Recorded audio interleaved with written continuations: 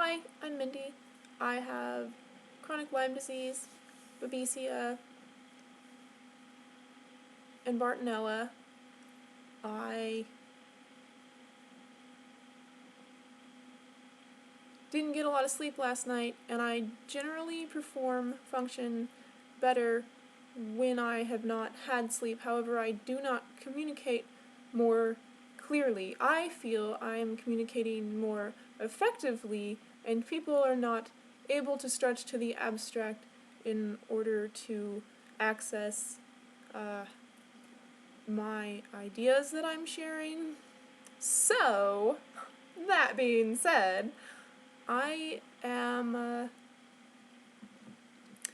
going to read aloud because that enables me to comprehend better, and I'm going to be reading aloud anyway, so I figured I might as well kill birds with a stone and have the be so I'm doing something, contributing something, and helping to get over my I don't want to be making videos. It makes me uncomfortable to have the camera pointed on me, and this is very deleterious for the goal, my function optimally. I want to write raps. So, without further ado, the effects of sleep deprivation on brain and behavior. Submitted by Serendip Update on Thursday, January 3rd, 2008.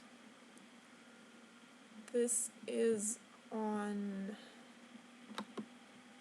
serendipstudio.brynmawr.edu.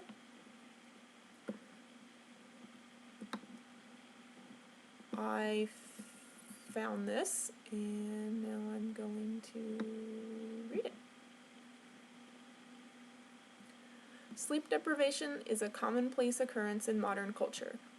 Every day there seems to be twice as much work and half as much time to complete it in. This results in either extended periods of wakefulness or a decrease in sleep over an extended period of time. While some people may like to believe that they can train their bodies to not require as much sleep as they once did, this belief is false. Sleep is needed to regenerate certain parts of the body, especially the brain, so that it may continue to function optimally. After periods of extended wakefulness or reduced sleep, neurons may begin to malfunction, visibly affecting a person's behavior. Some organs, such as muscles, are able to regenerate even when a person is not sleeping so long as they are resting. This could involve lying awake, but relaxed within a quiet environment. Even though cognitive functions might not seem necessary in this scenario, the brain, especially the cerebral cortex, is not able to rest but rather remains semi-alert in a state of quiet readiness.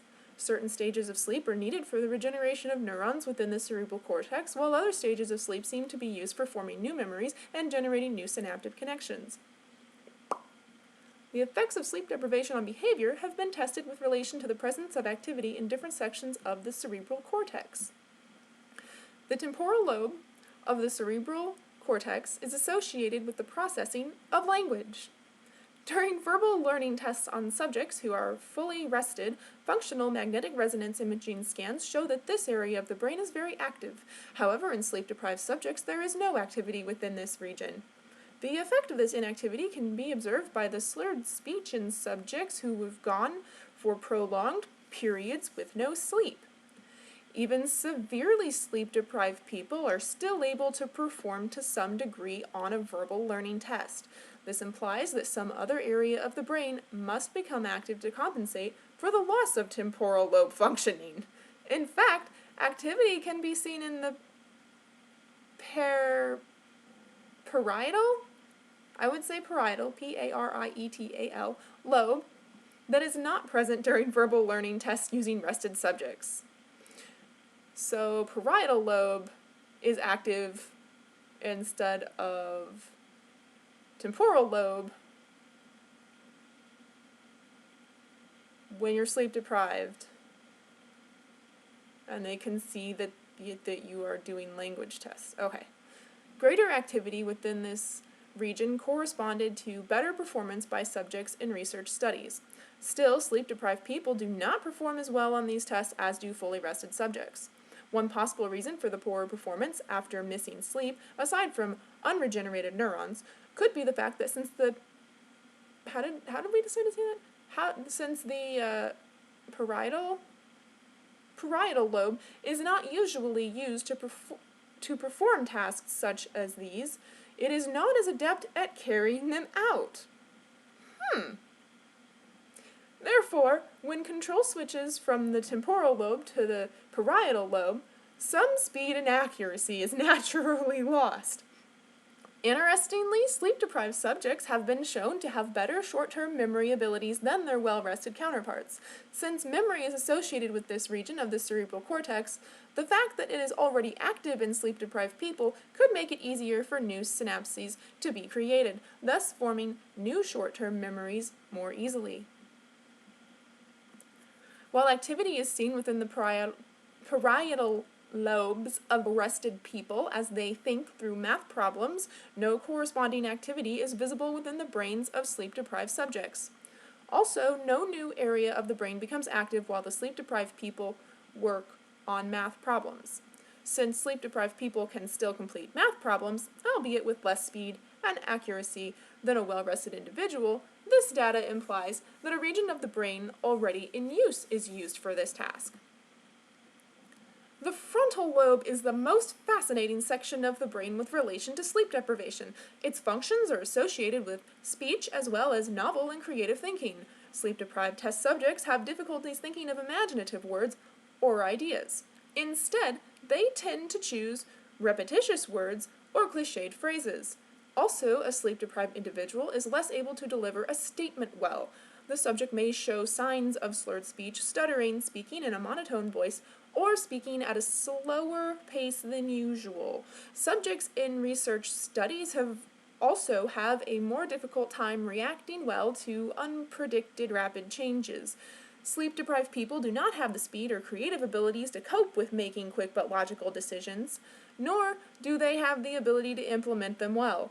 Studies have demonstrated that a lack of sleep impairs one's ability to simultaneously focus on several different related tasks, reducing the speed as well as the efficiency of one's actions. A person may be able to react to a complex scenario when suddenly presented with it, but similar to the verbal test, the subject will most likely pick an unoriginal solution. If presented with a similar situation multiple times with slight variations in the information presented, the subject chooses the same solution even though it might not be as applicable to the new scenario. Part of the frontal lobe, the prefrontal cortex, has several functions specifically coupled with it. Part of the frontal lobe, the prefrontal cortex, has several functions specifically coupled with it. Judgment, impulse control, attention, and visual association have all been related to this region of the cerebral cortex. A recent study has shown that the prefrontal cortex, usually the most active area of the brain in rested individuals, becomes more active as a person remains awake for long periods of time. This region regenerates during the first stage of sleep, giving a person the ability to feel somewhat refreshed after only a short nap. The length of the first stage of sleep cycle is somewhat dependent upon how long the person had previously been awake. The longer the period of wakefulness, the longer the brain remains in the first stage of sleep. When the brain enters into the REM stage of sleep, the prefrontal cortex is active once more. The implications of this data seem to be fairly important in supporting the location of the I function? The I function or L function? Lowercase l? Of the L function within the brain. The prefrontal cortex is active whether a person is awake, no matter how little sleep they have had. Also, this area is active while dreaming. Since the individual is aware of him or herself during both of these instances, but is not aware during the stages of sleep when the prefrontal cortex is shut down, it seems logical that the L function is located within this region. This indicates that the L function is what is resting and regenerating during the first stage of sleep. It would be interesting to study prefrontal cortex activity while a person is conscious but unaware of his or her actions due to an influence such as drugs or alcohol. According to the results of the sleep deprivation studies, little or no activity should be seen in the prefrontal cortex at any time when the individual is unaware of his or her self. Little or no activity should be seen in the prefrontal cortex at any time when the individual is unaware of his or herself. And the prefrontal cortex is judgment, impulse control, attention, visual association.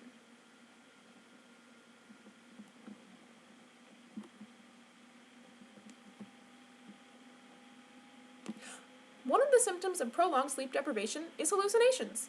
This could also be related to the L function, since it is the system that integrates the input from all other areas of the brain. If the neurons composing the L function become too taxed, then the picture in the head that the L function produces may be more dissimilar from reality than usual. The neurons, under pressure to continue functioning but unable to perform optimally, create an image useful enough for a person to see most of his or her surroundings. Metabolic activity in the prefrontal cortex can drop as much as 11% after a person has missed sleep for only 24 hours. As a person loses more sleep or continues to receive less than adequate amounts of sleep, the neurons become even more taxed, and the L function may begin to generate even less coherent images, possibly resulting in temporary insanity. I've personally experienced that. As an aside, another piece of evidence supporting the location of the L function is that mammals have REM sleep, whereas cold-blooded animals do not, and mammals have a neocortex located within the prefrontal cortex, while cold-blooded animals do not. REM sleep stimulates areas of the brain used for learning and memory. When a person is taught a new skill, his or her performance does not improve until he or she receives at least 8 hours of sleep. An extended period of sleep ensures that the brain will be able to complete the full sleep cycle, including REM sleep. The necessity of sleep for learning could be due to the fact that sleep increases the production of proteins while reducing the rate at which they are broken down. Proteins are used to regenerate the neurons within the brain. Without them, new synapses may not be able to be formed, thus limiting the amount of information a sleep-deprived individual can maintain. Oh, so that's why I don't learn things good? No more? Got it. One of the possible side effects of a continued lack of sleep is death. Usually this is the result of the fact that the immune system is weakened without sleep. The number of white blood cells within the body decreases, as does the activity of the remaining white blood cells. The body also decreases the amount of growth hormone produced. The ability of the body to metabolize sugar declines, turning sugar into fat. One study stated that people who sleep less than 4 hours per night are 3 times more likely to die within the next 6 years. Although the longest a human has remained awake was 11 days, rats that are continually deprived of sleep die within 2 to 5 weeks, generally due to their severely weakened immune system. In a way, sleep deprivation studies help us to study the relationship between the brain and behavior in a very unique way by observing how a person's behavior changes as the brain shuts down. By taking images of the brain showing where activity is located, it is possible to correlate the behavior exhibited by a subject with his or her brain patterns. Just like a person cannot jog for 3 continuous days, a person's brain cannot operate without rest breaks. Since different regions of the brain rest during different stages of the sleep cycle, sleep cannot be cut short. In fact, if the brain does not receive a break, it will soon begin to shut down for periods of microsleep. This is essentially several seconds of actual sleep. Delta waves that interrupt the regular EEG of an awake person, thereby impairing his or her continuity of cognitive function. Microsleep generally happens directly before performance failure occurs. Without sleep, our brains deteriorate. And if the argument that brain equal behavior is true, then our behavior will also suffer accordingly.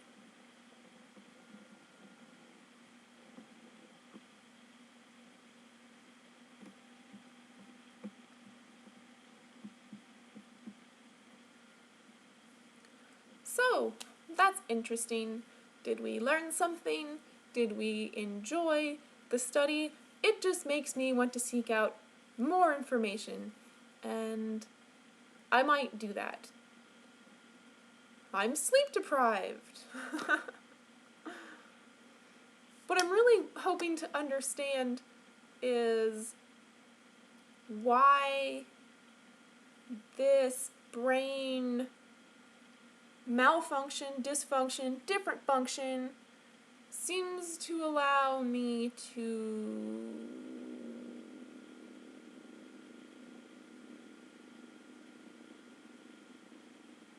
escape the consequences of my neuropathy to an extent, to a great extent, actually. So I guess I would need to see how pain and neuropathy affect the cerebral cortex? Parietal cortex? Let's look at this.